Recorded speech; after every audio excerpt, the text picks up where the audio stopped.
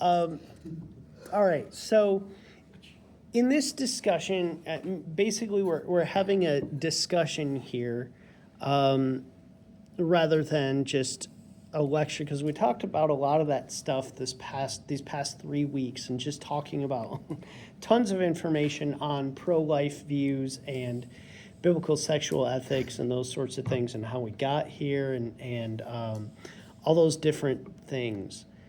But one of the things that I want to really discuss that we hadn't discussed much is because we were really focused on the logic of it, the reasoning behind it, all of that sort of thing. Practically, how should we approach these issues when we're talking to, say, someone who's considering having an abortion, someone who has had an abortion, someone who is very, very pro-choice or something like that, someone who has same-sex attractions, or someone who is a person with gender dysphoria. How should we, as Christians, and how can we really, we probably don't want to just bash them over the head with our arguments. That there might be a time for that, but we probably don't want to hit them over the head with it. I mean, there are times for those arguments, but what do we do in those situations? Yeah, definitely don't bash them over the head with your arguments. The Bible's pretty explicit that when you're faced with something untrue, that you approach it with a great zeal for the truth, but also with gentleness and love in your heart for that person. And you have to recognize that you can very easily win an argument without winning the person. Yeah. And if you do that, then what good have you done? You've just, possibly turned somebody off even further from the truth, which is more harm than good. Yeah, I'd approach it as we need to acknowledge that there is something real about what they're experiencing. What they're experiencing, that to a degree, their experience is real. It's not that they're pretending to have a same-sex attraction. They are probably neurochemically experiencing something like that.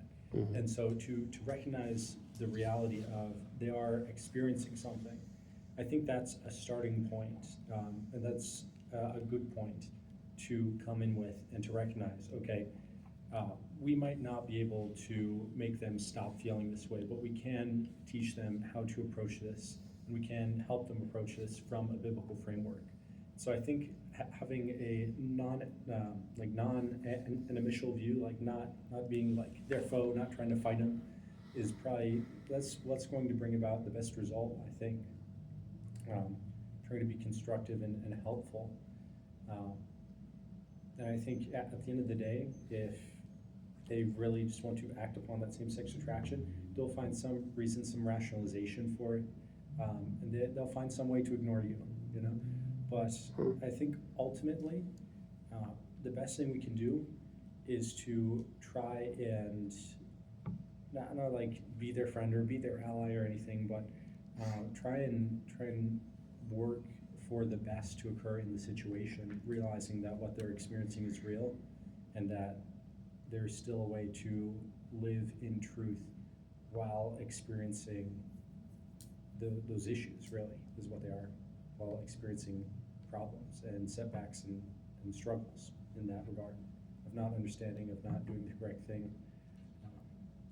I think it needs to be a mindset of helping, not of debate.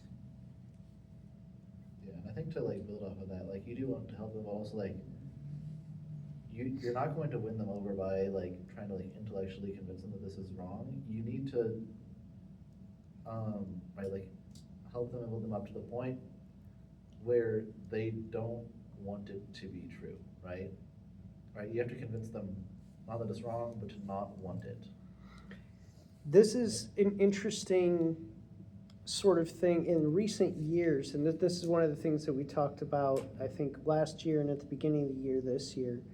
It's that there's a shift in our culture where people aren't so much concerned whether or not our beliefs are true, they're concerned about whether or not they're good. So when they and when they look at something like somebody who holds a view of traditional marriage, a lot of the time they're going to say that's not only bad and backwards and outdated view, but it's also hurtful to people who are in those relationships or something like that. So we want to ask, are these positions good, and what is good about them? Like, is the pro-choice position good? Does it do good for society? I don't think so. I think a lot of genocides have been initiated through abortion. Interesting. Like Okay. the Nazis, they ordered all non-Aryan women to have abortions. Hmm. Did I say pro-choice? I meant pro-life. No, you Oh, said. yeah. Yeah, You said okay. pro-life. You said Okay, pro-life. so what? No, pro-choice. Yeah, You said is the pro-choice. pro-life view good? Yes. Yeah, I would say so. Yeah. No. Okay. No. No. What? You're saying no. So. So I don't mean so. This is kind of a weird take, but it's not so much good as being pro-choice is evil. Like being born is a good thing, being carried out is a good thing, but that's kind of like the default. The default state is having the baby. If no action is taken, the baby will come to term and pass. It's still a good thing, though. Yeah. Yeah, I mean, it's good to outlaw. I'd say that as much like, I'm not punching any of you right now. Aren't I a great person? That's not really the case. I view punching someone as being evil. That act of abortion is evil, but not doing anything that's not a good in and of itself. Bringing a life into the world would be good, but that's not what you're doing when you're deciding not to have an abortion. You're just Yeah, I guess maybe Going like back what to he's a default. getting more to is like, is having your general stance be toward the flourishing of life. I would say that is a good thing to hold that stance. And also, I mean, you know, taking action against it is also, I would say, a good thing. It's not a neutral, like. okay. Yeah, so Yeah. one of the questions would be, in the same way as we've asked, like last year we had the discussion of, is Christianity good? Essentially, what has Christianity done for the world? And there's all kinds of things that Christianity has done for the world. And somebody says, yeah, what good has the pro-life view done? I mean, obviously you could say, oh, well, it saved all kinds of lives. And people are going to say, well, okay, but then they're going to have these little disputes here and there. But is there anything that, let me put it in this way. Is there any good within the pro-life movement that would also appeal to someone who is otherwise pro-choice? The pro-life movement Yes. has funded a lot of post-birth, like help for women who have Okay. gone through pregnancies and have children. Okay. Like, you know, giving them baby formula or Mhm. diapers and things like that, and you know, helping women like mentally through pregnancy and just things like that. And I think a lot of pro-life groups adopt more, and I think that adopting children, I think that everyone could agree is inherently good. Yeah. And I think that those are all good things, and those are really good examples, but I foresee someone coming back and saying, those are specific organizations, what has the ideology itself done? I think probably the most important distinction between the pro-life and pro-choice stance is what defines a human. Pro-choice people have no good objective definition of when a human life begins. Even if they say that it, you know, begins at birth, or I mean, this is what we looked at in the second part, right? And I think that when the pro-life cause should be doing is changing everybody's mind on who is a human. you know, in Iceland and in a lot of Scandinavian countries, you basically have to abort children with Down syndrome. And so we should be changing the mind of the culture to say that's wrong. Like, eugenics is wrong. It is evil to kill any human being, small or big, or any human being who has consciousness or who doesn't. I mean, I think that, yeah, it's just changing the mind of the culture to see life as something so valuable that it should be protected at all costs, and that we should notice when life begins with an objective standard that everyone can agree on, which the only real possibility is conception. I wouldn't say that. I do agree with, like, conception is a very hard point, but the Democrats have their own hard point. There's a reason no one pro-choice agrees on it. Well, some people do. But there's such a wide range of pro-choice people. Some people believe it's brain development, heartbeat, whatever the case may be. However, they do have a hard stance. It is never not okay. The former governor of Virginia in 2020, he said, to quote him, "A baby will be born, a baby will be made comfortable, and a conversation will ensue." They don't have, the hard point is forever. And until they turn 18, it's okay. They don't pass that into law. Right now, they have all the way up until the point where the woman is crowning, or something along those lines. It's typically all the way up to the point of birth, and sometimes after it, because because they're trying to be at least intellectually consistent. Now, they're inconsistent in their consistency, but they do have this harder point, and showing people that, well, a baby's going to be born tomorrow. Is it okay to abort him? 99% of people will go, no. And that's not happening. You can prove to them that it is happening, but they don't, it's not what it's never was, the play that goes to people is never, hey, we're going to convince you about abortion. It's, hey, this is a right you have upon which other rights hinge. And so you're now weighing, like, your life to the baby's life, and they're doing that in every case, not just in life of mother cases and things like that. I think it's important, you mentioned that it's the Democrats who are doing this. It's not just the Democrats. There are actually, I mean, like a number of Republicans, or even those leaning toward, like the libertarian view, will say that it's about freedom, and you need to have freedom, and that means of freedom to be able to do this even if other people don't like it. So it's not just, Okay. we could go after Democrats and all of that, but it's not just Democrats. But I think apologize. your point I still. should have been more clear. I instantly think to Virginia politics because I'm Yeah. from Virginia. Some of you know that. Yeah. And, like, I'm not it is a saying- war zone. If you don't toe the party line on every issue, the whip's gonna get you. Well, that's basically the way it is everywhere. I mean, politics is just, and this is one of the things, is that I think I mentioned this before, that it's really, and I say this in my ethics classes as well, people don't really understand this. Things like gun control, the legalization of drugs, immigration, same-sex marriage, abortion, these are all ethical issues.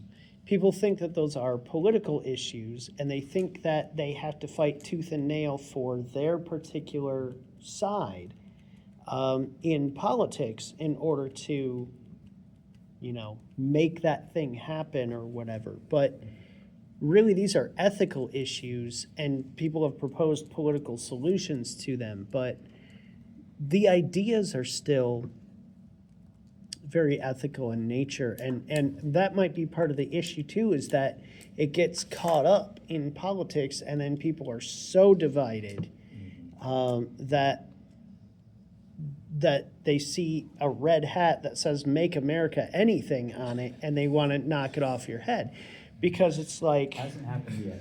okay, I but get weird Challenge looks, but that's accepted. about it. But the idea is that, is there any way, can we is this like the genie that's come out of the bottle? You can't put it back in the bottle. The idea that abortion is wrapped up in politics.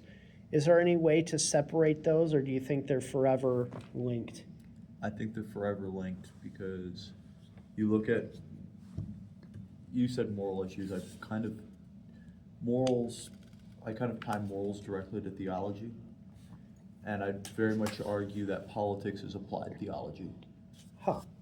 Interesting. I don't think these things are separable. It's I like think- religion, culture, politics, it's all one. And you're just talking about like different regions of a larger category of They- how we you know- instantiate like our epistemology and metaphysics into I think the only, everyday life. I think there's two main ways on how they could be separated. So the first one is that, we just, ban abortion or allow it or whatever. And eventually society will start to normalize with that position, kind of like with slavery, where it used to be like a political position, but now it's more of a like an ethical based, like Okay. slavery is bad because humans are people, which is based on ethics. I think that could be one way is that it starts to like die out in politics and people start to like say it through their ethical views, or another way that it could start to be divided is if society stops idolizing politics. Yeah. Because I think that secularism has brought about the idolization of things like politics. And if people start deviating from that, they may stop thinking of things in a political view and might start to see it in more of like a philosophical view. Yeah, I might actually disagree with some of your proposed solutions. I like your thinking though, although I think if it would become an ethical issue based on legislation, I think it would have to be more of a global ban. Because, even someone in the US, right, if the US banned it uniformly, said no one's getting any abortion for any reason, someone could of course take a vacation to Canada and, if they could find someone there to do something, that they could get it done. Or of course, there could be a black market where, there's some people who can do it, but it's not really safe or ethical or regulated. I think that legislating won't solve the problem. It'll necessarily wrap up the issue in politics. I think it will take humans deciding to stop playing God before we can really separate the two issues. Before people think they can legislate what is right, what is wrong, what is acceptable, what's unacceptable.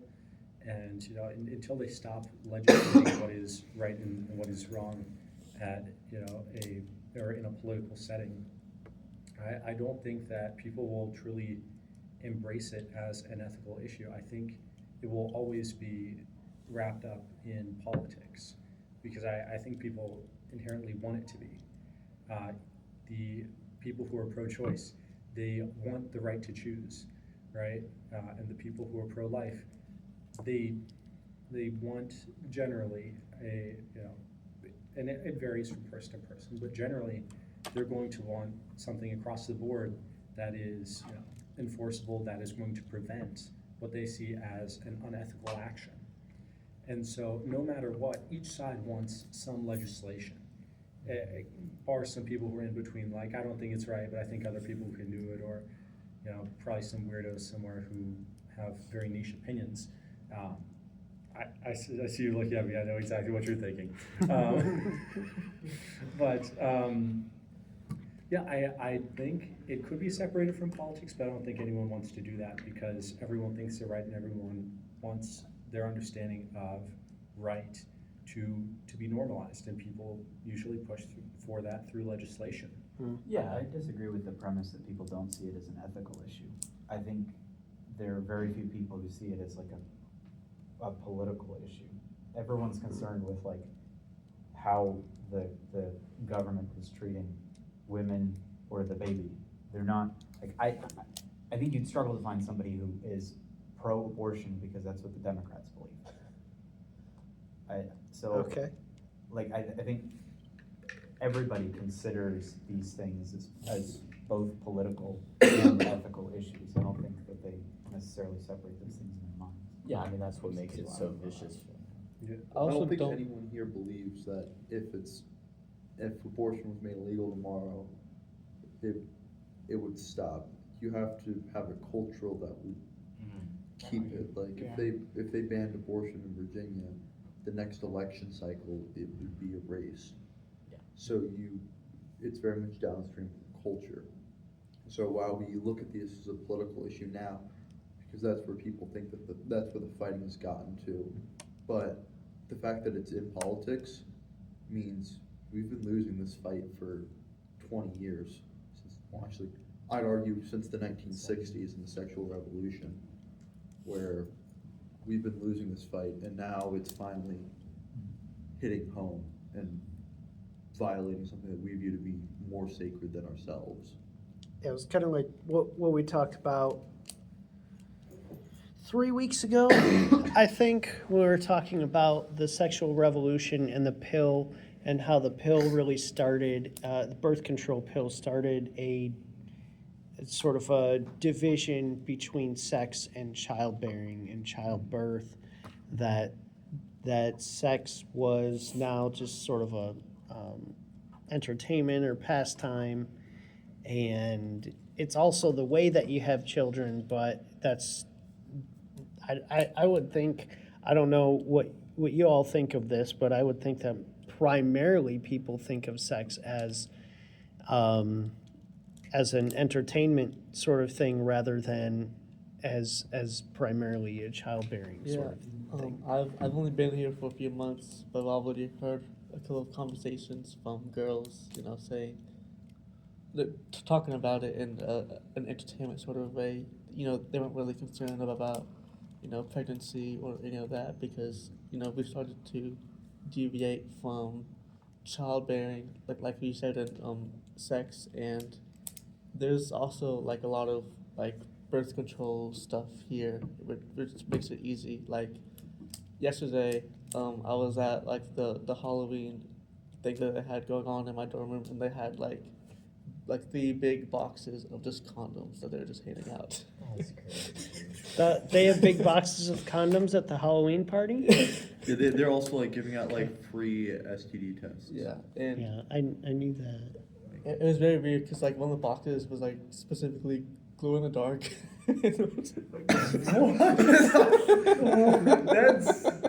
That's so weird on so many levels.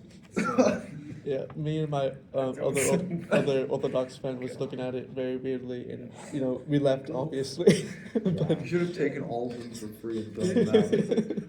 they were handing out glow in the dark. Yeah, I'm needing a minute to process all of this stuff. but Is there a practical reason why you need glow in the dark con? it's like we've started it's to a girl deviate with from the some- pragmatic find uses it of in the sex, dark. and now Yeah. oh, you can do it glow in the dark, why not? Or you can do it this way, and we've placed a bigger emphasis on the entertainment part of it.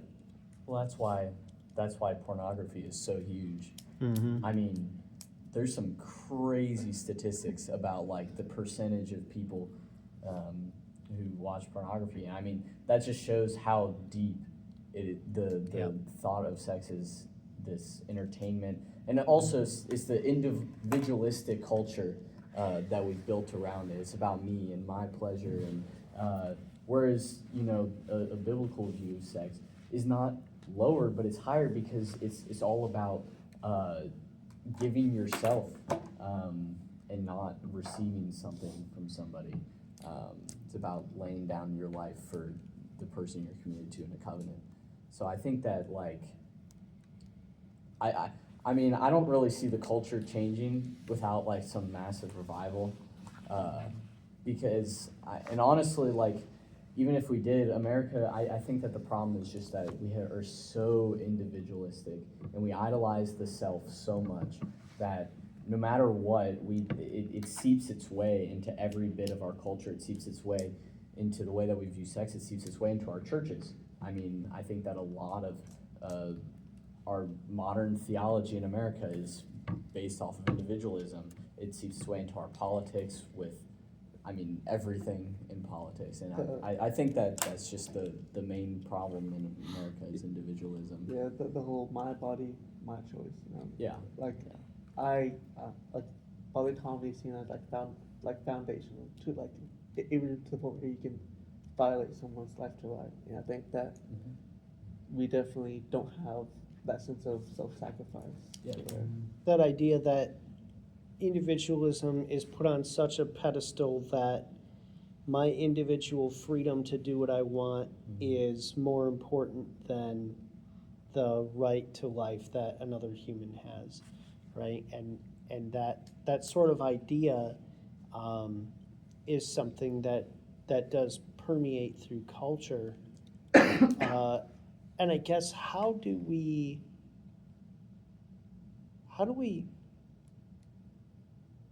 is there any way for us to change someone's mind on that life is more important or at least as important as freedom?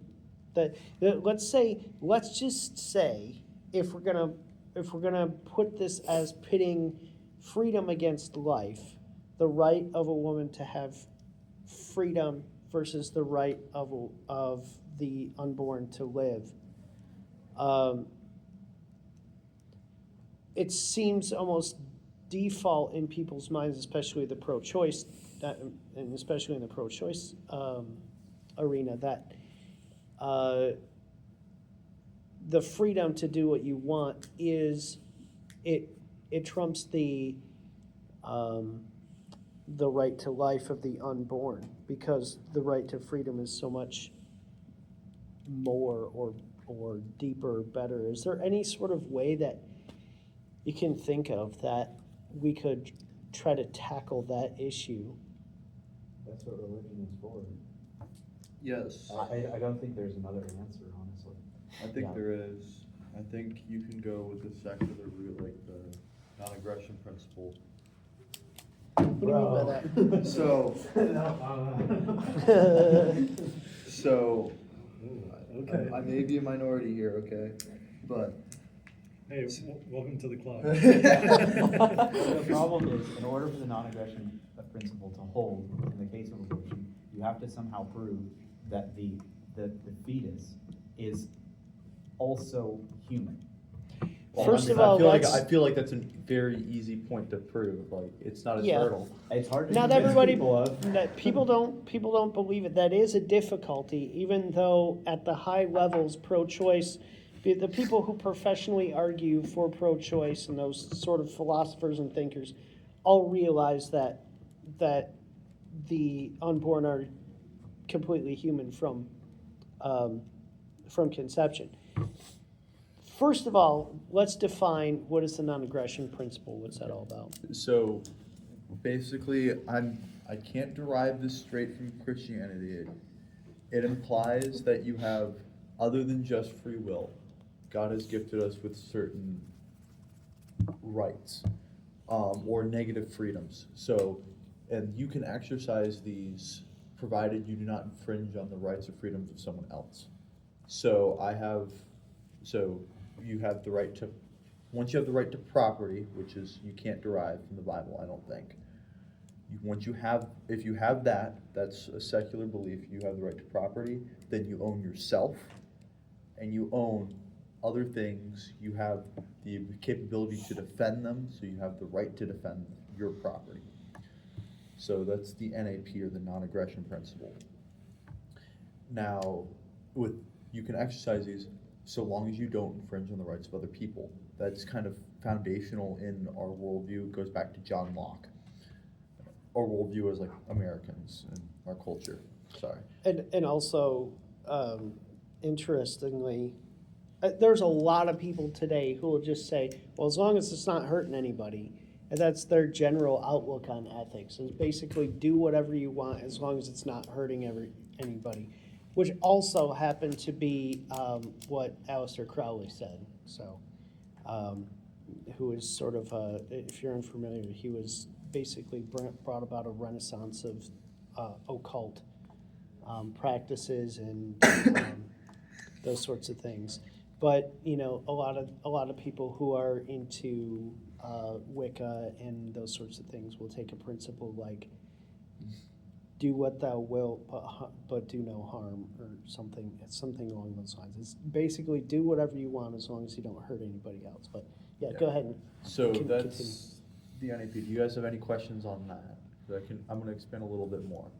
So you have the NAP, and now the question comes in, okay, does abortion violate that? I would argue yes, because while you have complete sanctity over your own body, you're not the only person here anymore. You have consented to creating another human being, created in the image of God, so therefore they have value, and then they have their they're own going to right to say life. that they didn't consent to that. Well, that's like saying I consented to the Oreo but not the calories. Right. It's a terrible argument. Right, but you have to be prepared for that, because they're going to say, well, I consented to sex. I didn't consent to have another human being invade my body. Theoretically, or consent something. isn't a necessary part of it, though, Yeah. because if they accept the NAP and they accept that the fetus is human, then the NAP applies to the fetus and they can't kill it. Yeah, Although I guess you could argue that there could be some other legal measures that could be taken because the fetus is like violating the rights of the mother. Well, once again, you've consented to having those rights violated when you Okay, so consent. consent necessarily. is necessary. Yeah. So now this does beg into the question, the rape argument, in which case you did not consent, you were violated, and now you have a child that's the product of rape. However, that child had no jurisdiction over what their father did. So still the NAP applies to them just as much because they didn't have jurisdiction. Now, in this case, you have to look at the rape as not only, it's not the child that's committing, the child is not doing anything wrong. They didn't have any action in this. So now you're looking at the crime of, okay, you have to carry this baby to term, but it's not us forcing you, it's that rapist that forced you into it. So it's not only the act of rape, but now the lingering childbearing process that's happening for 9 months after the fact. All that harm that's done to you, that is also effect in part of that rape. So it's more than just a crime. It's, instead of being however long it was, an hour or 5 minutes, now it's 9 months.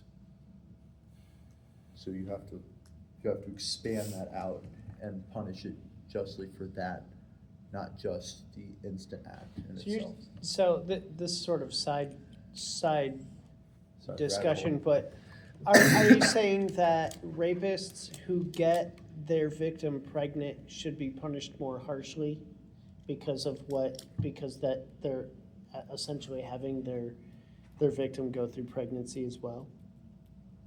Okay, so the answer is theoretically yes, Okay. but no, because my view on rapists is, okay, well, you obviously, I'm pro death penalty, okay, especially for rapists. I feel like that's, you guys feel free to disagree with me there, but you have, not only have you used your body for evil, but you've done something more. No matter what religion you are, everyone kind of universally agrees that sex is something different. It's not just a normal activity. If they're trying to treat it as such, but deep down, I feel like every person on this planet sees it as something different. So you have that aspect to it. So this is something different than everything else. And therefore, there's this evil that needs to be taken out of this world. This rapist has now not only violated this woman, they violated themselves. And our bodies are God's temple. That rapist, his body is God's temple. So you must drive that evil out of God's temple, just as Jesus did with the whip. Drive it out. And then you must use God's temple, in that case, after their death, for as much good as you possibly can. So, my view, hang them, then sell their organs. Donate them to charity. So, Okay. So it's a bit extreme. No. I agree with them being roundly publicly executed. Let me back up. Let me back up a second and ask. What if the judge gets it wrong? Or what if Oh. you get it wrong, somebody pushes the numbers? Yeah, that is a difficulty with death penalty discussions. That's the really difficult part. Let me ask. I don't feel like it is. I feel like I feel like that is the least difficult. Really? Or not, no, well, not, I don't think it's the least difficult. I think it's second. I think the hardest one is, well, what if that rapist would come to Christ later on in their life? How can you justify killing them? Now, But if you kill somebody who's not even done anything, then I think that would be worse. Yeah, that'd be pretty bad. well, One I of the things, when we go back to this to sort of bring this back on track, still we could talk about the death penalty here, and I think that this is interesting because I think that there could be a challenge here, that there's an inconsistency. If someone holds to the death penalty but is against abortion, why would one be permissible and the other not? If life is important and precious, then why can we take someone's life in one case but not in the other? because innocent life and guilty life are two different things. Yeah. Personally, I'm anti-death penalty, but I think that pro-life philosophy is consistent with capital punishment or death penalty philosophy because, especially because I think that, like, you could argue that it's a category error because one is based off ethics and the other one's based off legal philosophy. You know, like,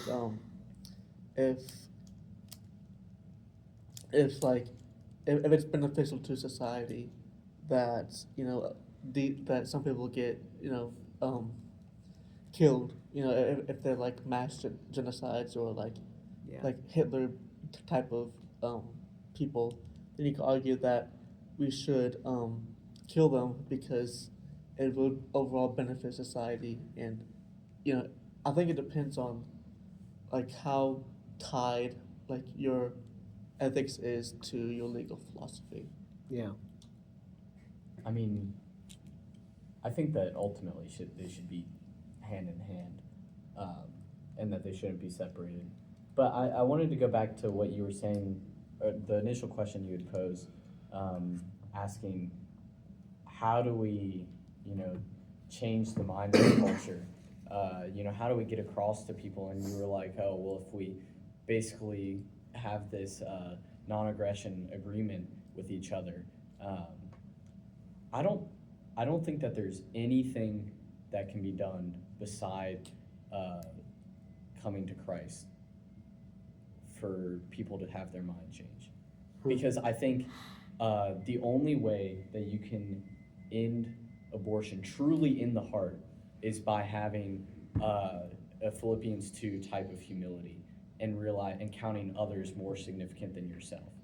I don't think that the problems in our culture will ultimately be solved. I think that, like, you know, thank God for common grace, where we have a legal system that punishes crime and keeps order, because otherwise the world would just be total chaos. But I think, you know, ultimately this is a heart matter.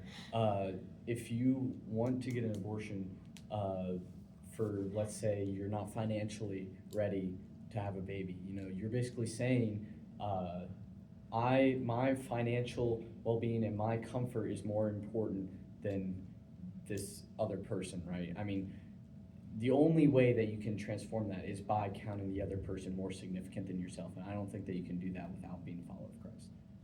And I think that the only reason why you wouldn't be committing an abortion in any other case would be because it's illegal, and So- you're just afraid of the consequences. So I know that there's a lot of connection between, you know, people say, well, Christians are against abortion because of the Bible or something like that.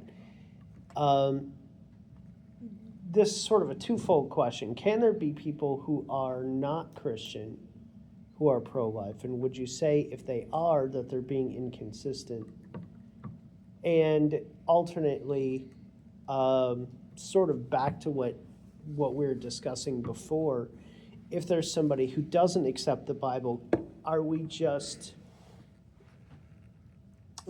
throw up our hands in that case and say that they're sort of beyond being convinced of the pro-life view?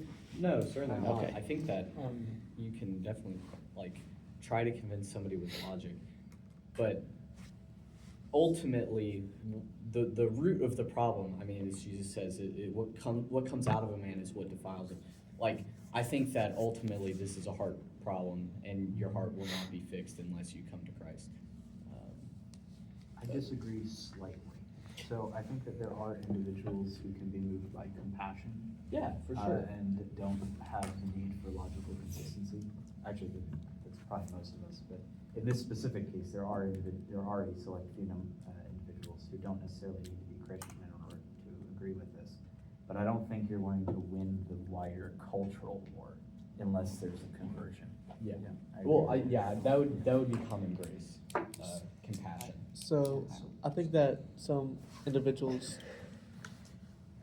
Do you want to speak and then? No, it's fine, just. Okay, sorry. He pointed to him, and so like, he was going by, I also wanted to speak, and then you started talking. Well, go ahead, and then Okay. and then Davis can go, and we'll go to So- RJ. I think that there are a lot of pro-life secular people. I think that if you are secular and you have like an ethical view, I think that is inconsistent, because I think that atheism taken to its logical conclusion leads to there being no ethics. Yeah. But I think that society still has the parts of the Christian worldview. I think that if it starts to secularize even more, I think that we'll have more people like Destiny who says, yeah, it's okay if you rape someone as long as they've never been conscious before, or you can do whatever you want with them because it's okay. Oh, it's bad. Yeah. So, for those of you who don't know, Destiny is a left-winged commentator, and I watched his debate with Trent Horn, who's a Catholic apologist, and Trent asked him some questions, and he made Destiny concede that if you injected, because Destiny takes a 24 consciousness view, 24 weeks consciousness view. If you inject like a 15-week-old fetus with something that will never make it conscious, he asked him, would it be okay to use it as like a sex doll? And Destiny said, yeah. And he said, well, okay, well, what if my daughter never gained consciousness, and she was still growing? So Yeah. would it be okay to continually use her as like a sex object, and would it be okay to let other people buy her to rape her? And Destiny said, yeah, and he went further and he said, well, actually, I would never call it rape because she was never a person. So I think that yeah, I think that people, humans do have the capacity for rationalization, but we are not rationally driven people. So I think that people now, will look at those things and they'll say, well, that's bad, but like, they won't really question it. Even if the atheists, because I don't think that they can truly justify it. They may say like empathy or things like that, but that just leads to like non-cognitivism or subjectivity. But I think that it takes just those few influential people like Destiny to make people start being okay with those ideas and start saying, oh, well, if given that atheism is true, this really is like the logical step. And so I think that would be the future. There's that the sort of lack of grounding for any sort of ethical. You lack the grounding or an intrinsic good or something like that in God. Others would say that you could find intrinsic good in pleasure or happiness or something else like that, and that's a whole other discussion. But you're right. There is still this sort of holdover in the modernist, the modernist view. Did everybody just get like a text or something? No, we're checking, it's 6:00, yeah. Oh, okay. So it's this sort of holdover from, medieval ideas that moved into modernist ideas. And the modernist ideas were a lot of the medieval values without the grounding in God.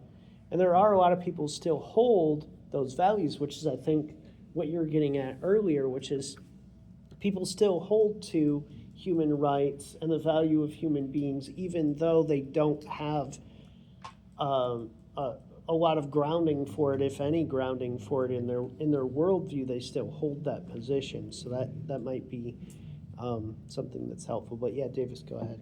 Yeah, I was kind of gonna mention that all of what you just, I mean, I wasn't gonna say it, but I was gonna touch on that idea that, like, basically what I was gonna say is I don't think that you need to be, to have belief in God to be pro-life any more than you need to have belief in God to believe in any moral view whatsoever.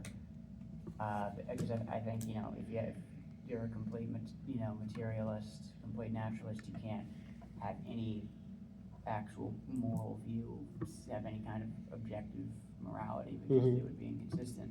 Yeah. I think so long as you have any idea at all that human beings have value, you can condemn abortion without having like a religious view on it. And I don't think that's logically consistent. I don't think murder bans are logically, as a moral principle, are consistent with naturalism. But I think you can convince people as long as you think human beings have value. Yeah. I do think that you can have, as an atheist, morality. It would be subjective, but you can have a morality that leads to sanctity of life and other things like that, rooted in the common good, right? And Yeah. Common good doesn't really have common to what? Yeah, common. common to all humans, right? And we can, if the atheist looks at it and says, Defining good becomes impossible. Yeah, it's still subjective. Right. I'm He saying that he said that. it is Yeah. subjective, but It's a non-objective form of morality. It'd just be based on whatever is accepted by the majority of human beings or something. But I think that there could definitely be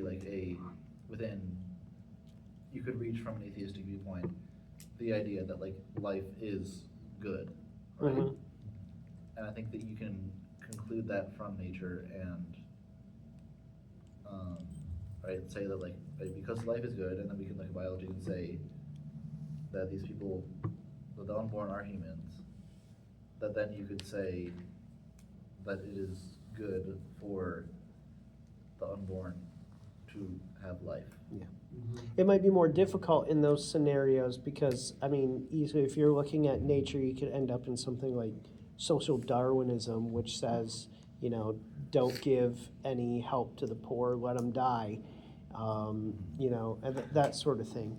Let the weak die off, and then we'll all together be stronger if we just let the weak die off. So there are some difficulties with that, but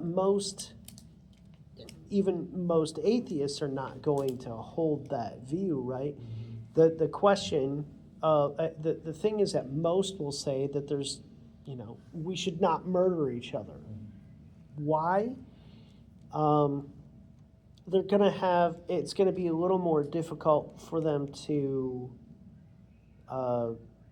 ground that objectively.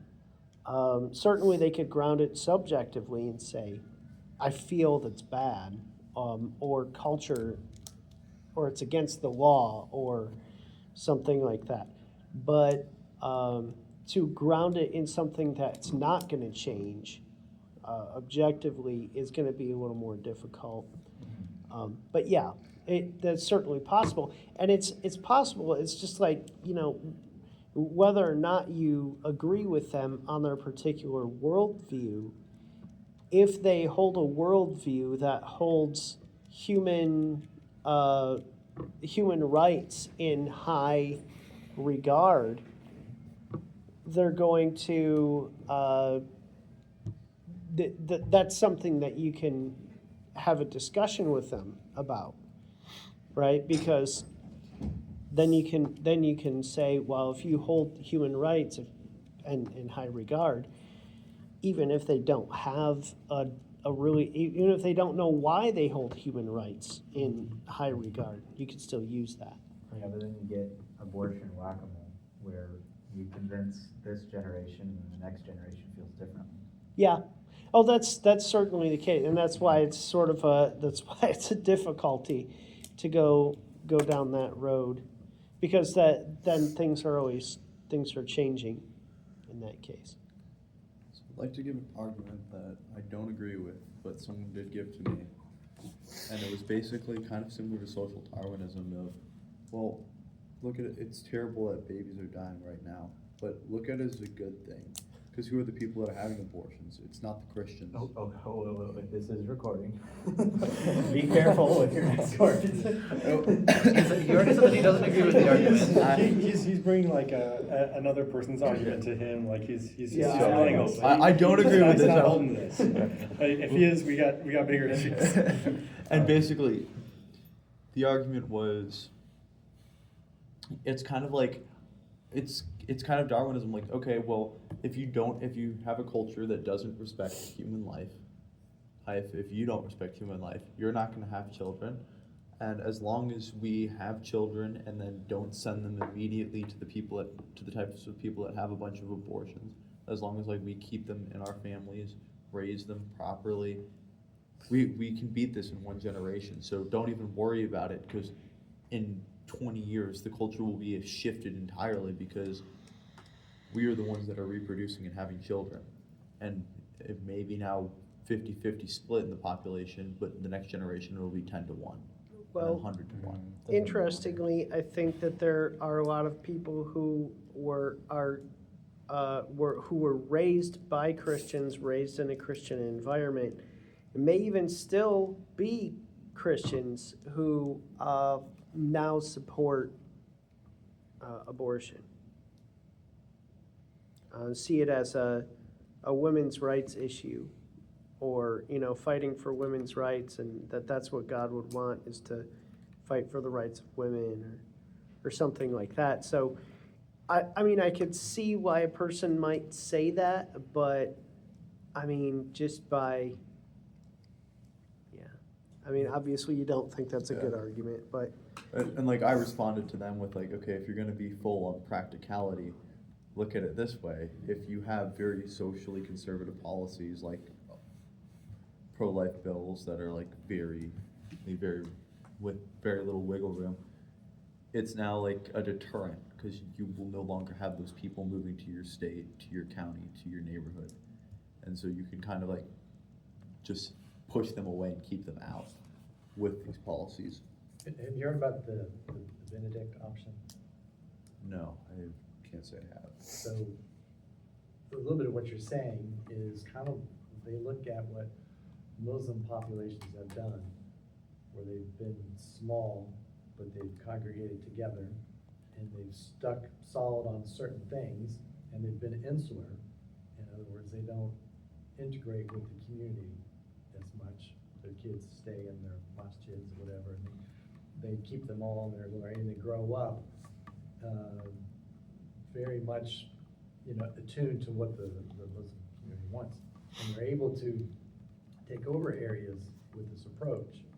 You look at Dearborn, Michigan, or you look at even parts of London, whatever. Yeah. And so some would say, why aren't Christians doing this as well? Why do Christians keep sending their kids to the public schools? Why do we keep letting them integrate? Why not go back to where we have our community and we kind of insulate a little bit so that we can grow and our ideas populate and take over areas and we get a locus of control for whether it be pro-life or whether it be for all sorts of things that we would find valuable to our community. And that seems to work for some of these other religions. Christians ought to do that. If we did, we might have a bigger impact in our culture, they say. I think a view that you have, because it was very insular, you weren't really exposed to much else in the first place, is very fragile. Because once you're exposed to a wider culture, you're going to be, there'll be a lot of people won't say, but there's going to be a lot of people who effectively only really continued believing that because they weren't really ever exposed to anything else. And if that's the way it happens, then it's going to crack once someone's exposed to it. They're not prepared for it. You know, and I think there's almost like a weak version of that, like all the Christian kids who grew up homeschooled and were like very sheltered, didn't really get exposure to the outside world. If that was any of you, don't feel offended. But I really do think that to some degree, like there is a little bit of that with Christians, not like in the very formal sense of taking over an area. But I do think that there's some of that, and I haven't seen that strategy work for Christians in dominating large areas. That could just be because of where the homeschoolers tend to, reside. Like you think, oh, these Christian homeschoolers are out in the country doing whatever. So I mean, that could be like my stereotypical bias coming in, but I don't think that strategy will dominate overall. I think that it will dominate pockets, as it clearly has, but I don't think that dominates overall. And with Islam, there might be certain like exceptions with that because they are, I'd say, more aggressive in certain ways, and so perhaps that for them turns into dominating an area. But with historical Christian values, I just don't see that beyond forming that core. We have the ability to then just suppress the other groups, right, and just dominate everything. And I think that's good and that's intellectually healthy, and that's actually led to a lot of benefits in the West. Well, Christians were not really good at dominating in general. Like look at how where people picture Christianity as being a European religion, but it wasn't like the former Jews, the Israelites, just came out of Israel and just stormed and raided all of Europe and conquered all of it, and then like, all right, you're all Christians now. We kind of used other people to do that for us, and then converted the people who were doing the conquering into Christians after the fact. Like the Roman Empire already Yeah. conquered Like the Roman, this whole area, and then and then Christianity culturally conquered the Roman Empire. If you look at like you can look at other religions like Muslims, they didn't do that. They just straight up just started like, all right, we're invading you. Congratulations, you're Muslim now. Or if you want to go to, there's other secular religions that you can look at where some of them do it similar to the way the Christians have, like the postmodernists, like the Maoists did it the way the Muslims do. So certain religions, or at least belief systems, are susceptible to different things and work in different ways. So I feel like Christians we don't conquer so much in the physical sense, or we're very good at turning a culture and being martyrs. That's how Christians really spread. Yeah, can I think this is a really interesting topic. I think that, number one, when you have a culture that is, so dominated by one religion, it's not always that it makes the society, it doesn't cure all the problems. I mean, look at, take any time period where Christianity has dominated a region where 99% of people were Christian, right? The problems were not solved because the problem is a heart problem. It's a sin problem. It always is. Everywhere you go, your children, just because they're born into a Christian household, doesn't necessarily mean that they're going to be Christian. And so I think that kind of what you were saying with how Christianity has spread, it's by service. It's by, I mean, look at how it spread through the Roman Empire. It didn't spread by, isolation. It spread by them going out into the cities. They were in Rome. They were in the hubs of culture, and they were being martyred. They were being persecuted, and yet they still remained true to the faith, and that's inevitably how it spread. That's how they converted emperors. That's how they converted an entire empire and then an entire continent. They didn't do it by just having a bunch of babies by force. I mean, that's how Islam is spread, but Islam doesn't care if you believe the tenets of it. They just care that you submit.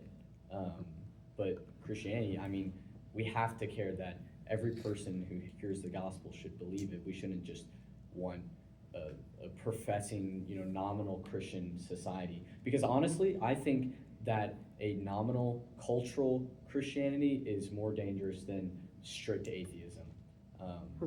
I think that it's more dangerous to your soul. I think it's more dangerous to anybody growing up in it if they don't accept Christianity like truly. Why would you say that? Uh, Is it kind of like the frog in the water when you turn it up, you don't even realize that you're. Yeah, yeah. Basically, in an atheistic culture, you realize that a Christian is different, but in a culture of Christianity, you might think you're Christian when you're not, and you never see the difference. Yeah, I mean, it's twofold. It's dangerous for the church in that area, and it's dangerous for the people who are not in the church in that area. Right. I mean, look at it like, if you grow up in the Bible Belt, there's a lot of people who will say, oh, I'm a Christian, but they just don't hold to anything that, Christianity actually has to say. Actually, there's studies where it's like evangelical men who go to church regularly and like pray daily and read their Bible. They spend the most time with their kids. They're in the longest marriages. All these positive things. But the ones who profess that they're Christian but don't go to church regularly and all that, they're actually the worst. They're worse than secular people. And it's also dangerous for the church because the church gets comfortable, and that is extremely dangerous when the church gets comfortable in the world that we're in, because we're not supposed to be of this world. And I think that if you read the letters in Revelation, the ones that Jesus has the biggest rebukes for are not the ones who are getting persecuted, it's the ones who are comfortable in their society, and the society has nothing bad to say about them. It's like the church in Laodicea. Laodicea. Yeah. He's like, you're neither hot nor cold, so I'll spit you out. That doesn't just mean you're not secular atheist and you're not zealous. It means that they've changed over time, and they've become assimilated with a culture instead of the gospel, basically. And so, yeah, I think that the healthiest churches in the world right now are the ones in countries where they're getting persecuted. And I think that the church that is the most sick is in the West, because we're so culturally Christian, or at least historically, we're not really. What do we do with, so the stats would say, for any religion, actually, not just Christianity, the vast majority of the believers are created in the family and from babies. We do get converts, that happens for whatever religion you are. So growing the family should be paramount, because that's the fastest way to grow Christianity. And if we can look at persecution, yeah, but when you look at the early church, it did grow in certain areas of persecution. In other areas, it was wiped out completely and has never come back. We look at Northern Africa, for example, it used to be all Christian. It's not anymore, it hasn't been for centuries, never came back. Yeah. So it's not always the Well, road. Egypt is still somewhere between 10 and 20% Christian. Yeah, but it was all Christian basically around Augustine and everything. But they didn't completely wipe out the Copts. Yeah, well, you can never completely wipe out something. They still get their churches blown up, their priests stabbed in the street. It's bad. Like for the majority of the Orthodox history, you were just islands and seas of non-Christians, yeah. Getting raided by the Mongols and whoever else. Yeah, you look through the Ottoman Empire, Christianity has disappeared from some areas and never come back. Of course, there's some ready to go, but they were like 100% for a while, and then once the Muslims swept through there, they're gone, they never came back. So, but the family's gonna generate the new believers. So do you think there's any credence at all? That's how we see Islam mostly growing, right? Is they keep having babies, and they like to have babies. Get back to the abortion thing here. They have abortions, they have 8 kids, per family almost, and we're having dwindling numbers. And so we're seeing our numbers dwindle across. I think, the question is, well, how do we spread Christianity the fastest? I think honestly it's by taking the institutions. I mean, that's how liberalism spread the most, is they took over the institutions. They've taken over a lot of the historic churches, they've taken over the universities, they've taken over the public schooling. When Christianity controls that aspect of culture, I think that, numbers wise, that's the fastest way that it spreads. And obviously, having children, you're gonna spread it fast that way. But I think that we shouldn't have a mindset of retreat and have babies, because that is a very, very easy way to just lose. Yeah. That's how you end up with the Amish.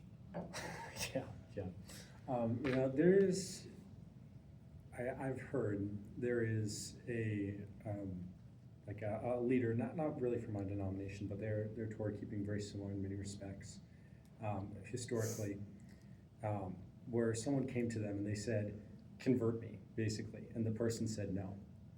And I think that was wrong. First of all, I think that was wrong.